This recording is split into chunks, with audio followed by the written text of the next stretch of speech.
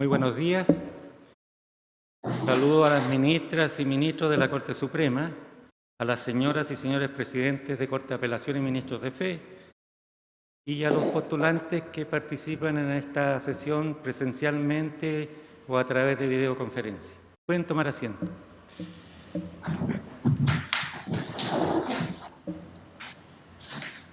Señoras y señores, según lo dispuesto en el artículo 521 del Código Orgánico de Tribunales y conforme lo establece el acuerdo de pleno de fecha 14 de abril del año 2020, esta audiencia pública, en que la Corte Suprema se encuentra reunida en pleno, tiene por objeto otorgar el título de abogada o abogado una vez que ustedes, postulantes, presten el juramento de rigor desde las Cortes de Apelaciones respectivas y también desde el Palacio de Tribunales para desempeñar con lealtad y probidad la profesión. A continuación, el señor secretario del Tribunal procederá a tomar el juramento, que será recibido por las señoras y señores ministros de la Corte Suprema. Les invito a todos a ponerse de pie.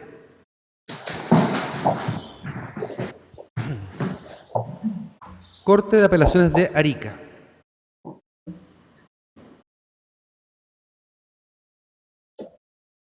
Brian Andrés Muñoz Peña. Careza Daniela Podestá Cisterna. Licenciada y licenciado, juráis desempeñar leal y honradamente la profesión de abogada o abogado. Sí, juro.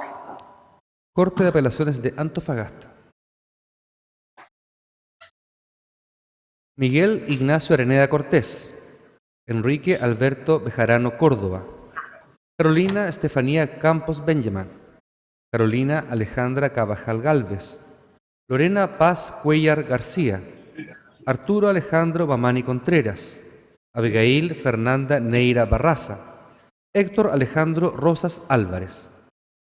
Licenciadas y licenciados, juráis desempeñar leal y honradamente la profesión de abogada o abogado.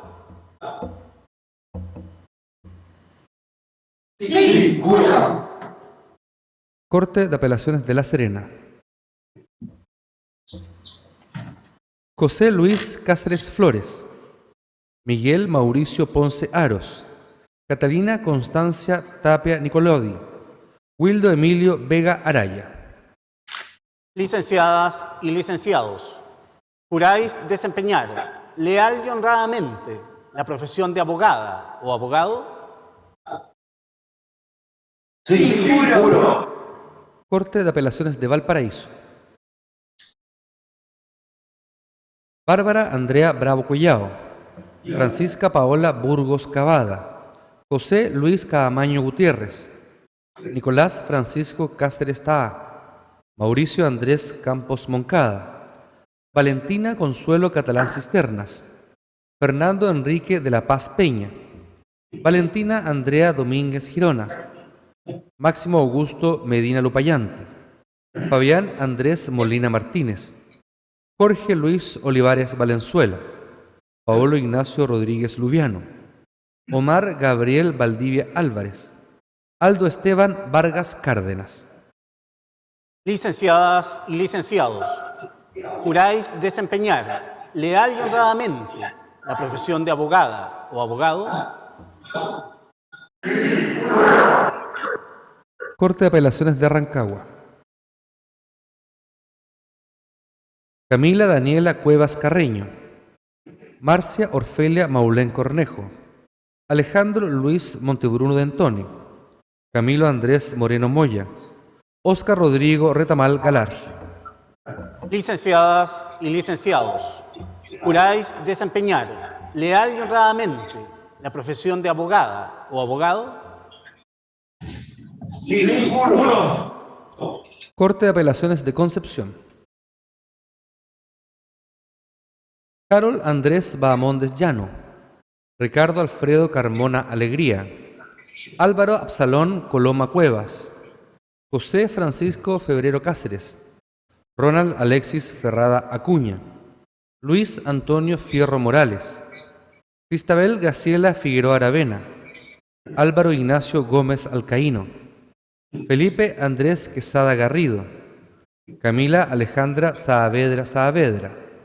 César Manuel Sáez Carrillo, Nelly Belén Segovia Bustamante, Macarena Gabriela Silva Pérez, Stephanie Carolina Nicole Vera Rodríguez. Licenciadas y licenciados, juráis desempeñar leal y honradamente la profesión de abogada o abogado. Corte de Apelaciones de Temuco. Fernanda Paz Alarcón Riquelme, Pedro Raúl Badilla Ormazábal, Nicole Seret Bernal Rifo, Karen Valesca Castillo Meyer, Camila Alejandra Coloma Coliñir, Paulina Noemí Huinca Carilao, Felipe Andrés Méndez Guantenao, Roxana Denise Mesa Olave, Ignacio Andrés Saavedra Monlocos, Luis Ignacio Soto Fernández, Valery Antonella Ulloa Ulloa. Licenciadas y licenciados, juráis desempeñar leal y honradamente la profesión de abogada o abogado. Sí, juro. Corte de Apelaciones de Punta Arenas. Camila Belén Hermosilla Vargas, Darío Maximiliano Rivera Flores. Licenciada y licenciado, juráis desempeñar leal y honradamente la profesión de abogada o abogado. Sí, juro. Primera Sala, Corte Suprema. María José Aguilera Soto, Nicolás Antonio Álvarez Beperet, Marco Antonio Marcelo Araya González, Javier Ignacio Reinaldo Baeza Castro, Adán Gerald Barraza Álvarez, Néstor Alexis Becerra Mardones, Francisco Alberto Camus Aros, Nicolás Ignacio Carvajal Gajardo, Gloria del Carmen Cornejo Ahumada, Felipe Ignacio Cortés Miranda. Licenciadas y licenciados, juráis desempeñar leal y honradamente la profesión de abogada o abogado. Tercera Sala, Corte Suprema. María Loreto Cruz Irarrázaval, Arturo Alejandro Devia Chandía, Catalina Andrea Donoso Rosas, Carlos Andrés Espinosa Vivanco, Natalia Andrea Ganter Salazar, Claudia Andrea González Pérez, Evelyn Carolina Alejandra Guala Santana, Patricio Alejandro Hermosilla Castillo, Rodrigo José María Herrera Muñoz. Licenciadas y licenciados, juráis desempeñar leal y honradamente la profesión de abogada o abogado. Sí, juro. Salón de Honor de la Corte Suprema.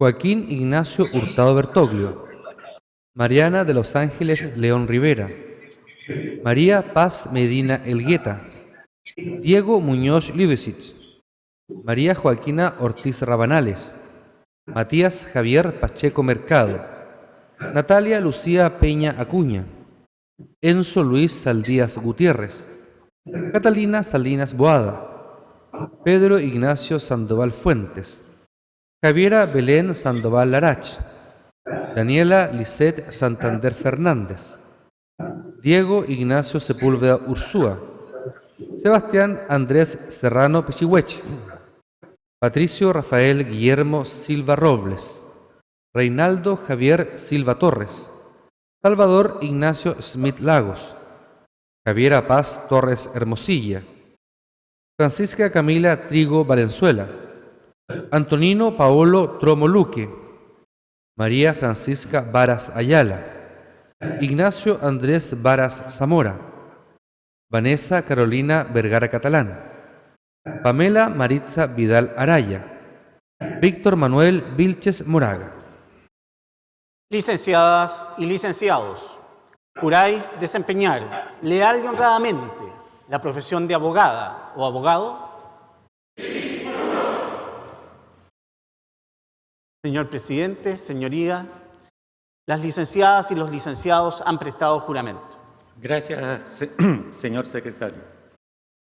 Licenciadas y licenciados, en virtud del juramento que han prestado y por cumplir los requisitos que señala la ley, de conformidad con lo dispuesto en el artículo 522 del Código Orgánico de Tribunales, en nombre y representación de la Corte Suprema de Justicia, los declaro legalmente investidos con el título de abogadas o abogados. La Corte Suprema les felicita y desea buen éxito profesional. Aplaudamos este logro.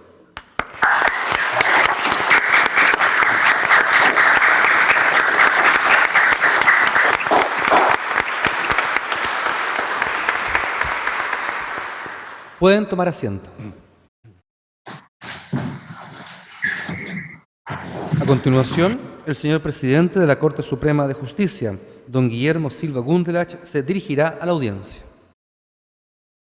Señoras ministras, señores ministros, nuevas abogadas, nuevos abogados, el día de vuestra ceremonia de juramento ha coincidido con la fecha en que se conmemora el Día Internacional de las Personas con Discapacidad, el cual fue declarado en 1992 por la Asamblea General de las Naciones Unidas mediante la Resolución 47.3. En ella se invitó a todos los Estados miembros de las Naciones Unidas a intensificar sus esfuerzos encaminados a la adopción de medidas eficaces y sostenidas para mejorar la situación de personas que padecen de impedimentos. El objetivo planteado por las Naciones Unidas es promover los derechos y el bienestar de las personas con discapacidades en todos los ámbitos de la sociedad y el desarrollo, así como crear conciencia sobre su situación en todos los aspectos de la vida política, social, económica y cultural. A casi 30 años desde que se proclamara este día, vale la pena revisar qué tanto hemos hecho como país para honrar este compromiso y, como no podría ser de otra manera, qué pasos ha dado el Poder Judicial en este sentido. Después de todo, la impartición de justicia tiene como condición necesaria el acceso a ella, y malamente podría hablarse de acceso a la justicia allí donde las personas con discapacidad se ven imposibilitadas de reclamar sus derechos ante los tribunales establecidos en la ley. Una correcta inmersión al tema, me parece, podría hacerse a partir de la normativa vigente.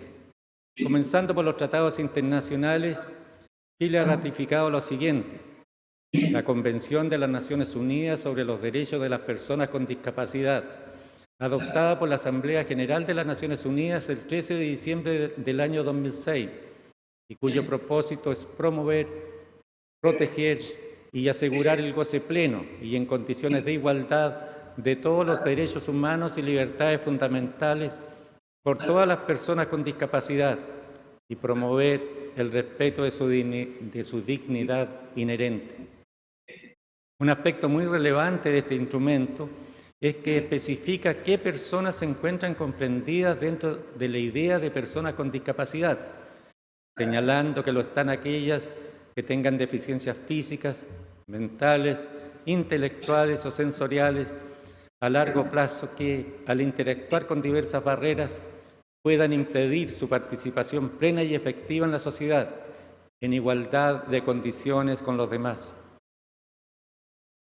Derivado de la Convención recién mencionada, el protocolo facultativo de la Convención de las Naciones Unidas sobre los Derechos de las Personas con Discapacidad fue adoptado por la Asamblea General de las Naciones Unidas el mismo 13 de diciembre de 2006, y en él los Estados partes reconocen la competencia del Comité sobre los Derechos de las Personas con Discapacidad para recibir y conocer de las denuncias que presentaren personas o grupos de personas que aleguen ser víctimas del Estado por violaciones a los derechos que la aludida Convención consagra.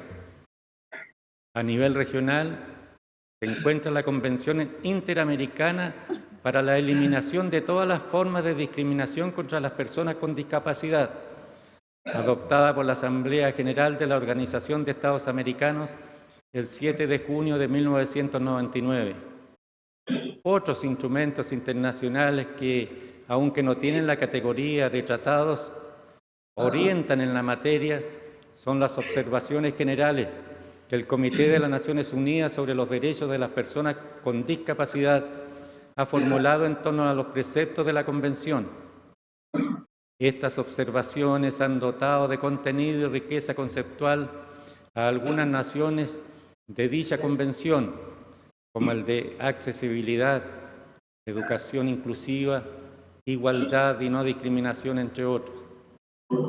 La normativa nacional sobre la materia, en tanto, se compone de un conjunto de leyes, a saber, la Ley número 18.600, que establece normas relativas a personas con discapacidad mental, la Ley número 20.146, que establece reglas especiales para la apelación en causas relativas a la discapacidad, la Ley número 20.422, que establece normas sobre igualdad de oportunidades e inclusión social de personas con discapacidad, la Ley 20.609, que establece medidas contra la discriminación, la Ley número 21.013, que tipifica un nuevo delito de maltrato y aumenta la protección de personas en situación especial, la Ley 21.015, que incentiva la inclusión de personas con discapacidad al mundo laboral.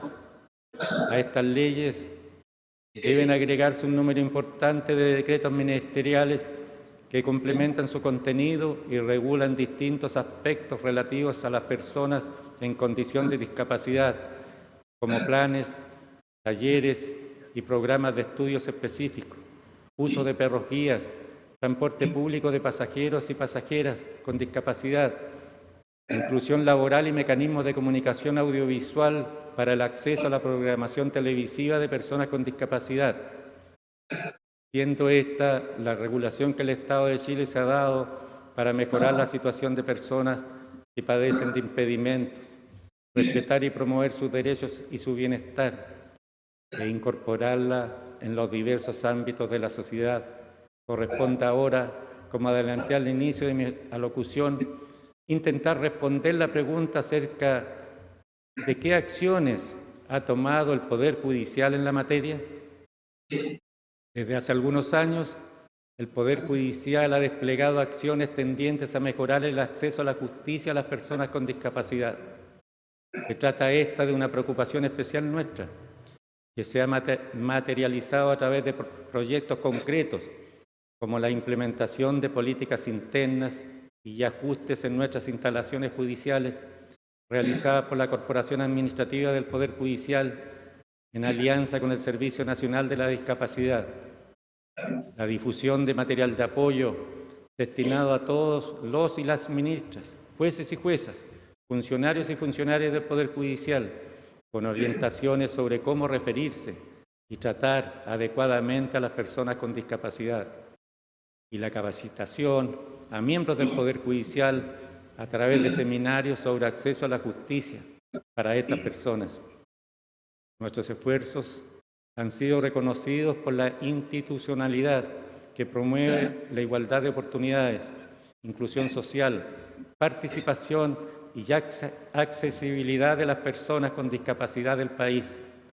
El Servicio Nacional de la Discapacidad, varios edificios de nuestros tribunales han sido galardonados con el sello Edificio Accesible, y el Poder Judicial en su conjunto lo ha sido con el premio Sello Chile Inclusivo. Otras medidas concretas que puedo mencionar son las mejoras en los procesos de reclutamiento y selección de personas en el Poder Judicial, la incorporación de nuevas tecnologías para facilitar la visualización y el trabajo de personas con discapacidad, el diseño e implementación de señalética inclusiva y de módulos de autoconsulta en tribunales, el desarrollo de videos y folletería inclusiva y la implementación de un sistema de traducción en línea en lengua de señas en todos los tribunales reformados del país. ¿A qué aspiramos como Poder Judicial en esta materia? Los pasos que hemos dado deben verse como esfuerzos iniciales en un proceso de cambios y adaptaciones para mejorar los estándares de accesibilidad, inclusión, bienestar y respeto de los derechos y garantías fundamentales de estas personas. Debemos redoblar esfuerzos y en ese sentido se orientan iniciativas como la creación del Subcomité de Acceso a la Justicia del Grupo Vulnerables de la Corte Suprema, instancia encargada de dar difusión en todas las jurisdicciones del país del Protocolo Iberoamericano de Acceso a la Justicia de grupos y personas vulnerables, la confección de herramientas que generen y difundan conocimientos sobre el acceso a la justicia de las personas y grupos referidos, y la realización de actividades de difusión y capacitación que permitan llevar a la práctica los preceptos contenidos en las referidas herramientas. Para culminar, quiero subrayar que nuestro compromiso es proseguir con renovado ímpetu en la búsqueda de nuevas mejoras que nos permitan promover la inclusión y mejorar el acceso a la justicia para las personas con discapacidad, con una mirada multidisciplinaria. Para ello es preciso que como sociedad comprendamos que la discapacidad no es que un atributo de la persona, es como expresado un autor en la materia, el resultado de un complejo conjunto de condiciones, muchas de las cuales están originadas o agravadas por el entorno social. Cuando hablamos, pues, de discapacidad, no hablamos de un problema privado, sino de un problema social. El llamado es, entonces, a vencer los estereotipos, a tomar conciencia y a convertir la discapacidad en un motor de desarrollo, progreso y bienestar. Felicitaciones a ustedes por el logro que han alcanzado hoy, el que hago extensivo a sus familiares y seres queridos que los han acompañado en sus estudios. Les doy la más cordial bienvenida al inicio de su contribución social a la República. Nuestro país, más que nunca, requiere profesionales del derecho comprometidos con los principios y valores que fortalezcan la justicia y la democracia. Sé que sabrán responder a tal desafío. Muchas gracias.